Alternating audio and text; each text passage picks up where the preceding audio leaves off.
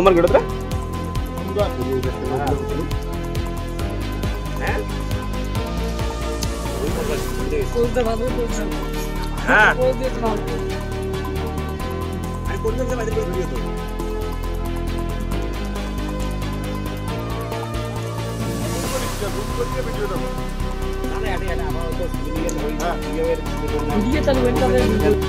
বেশ কিছু জায়গায় তো সীমান্তটা ডিস্টার্বড হয়ে আছে, কখনো বাইরের লোক ঢুকছে, কখনো বিএসএফ এর উপর আক্রমণ হচ্ছে। এই গোটা জিনিসটা তো ডেকে আনছে এই কেন্দ্রীয় সরকারের ভুল নীতি।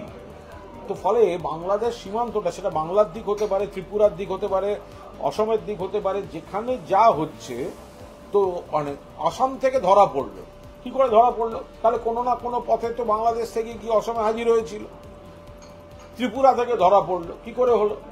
ফলে এই যে এবার বিএসএফ আক্রান্ত হচ্ছে, ফলে বিএসএফ কেও যে ঠিক মতো কাজের পরিবেশ দেয়া, পরিকাঠামো দেয়া, ঠিক নীতিতে চালানো, এই পরিচালনটাতেই তো কেন্দ্রীয় হোম মিনিস্ট্রি ব্যর্থ।